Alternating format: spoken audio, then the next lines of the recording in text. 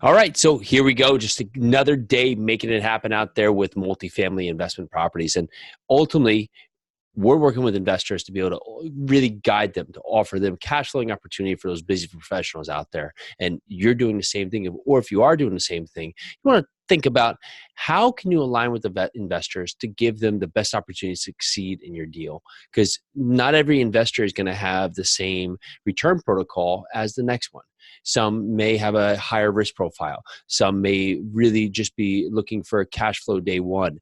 Some may need to just put money into an investment and aren't really determined or desperate to have cash flow right away. So they may be ultimately good for one of those properties where there's a longer term play into it, where you can really grasp on some huge loss of lease, or just really push to push market rents out there.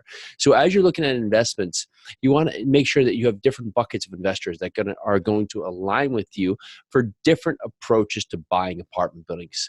So again, your philosophy on buying apartment buildings is going to change as you continue to adapt, but also your investors need to change with you. You also can't just have one type of financing for every property. It's the same concept here. You have to find a property and have a tool belt of financing options so you know what financing can align with that property. It's the same thing with your investors. You have to have a different subset of investors that's going to be available when you come upon different opportunities. Some may be comfortable just with a preferred return and really have no upside in the property. They're just looking for a higher return from day one, guaranteed. Others may be good to accrue the pref, really take none of that up front, but do want some of the back end.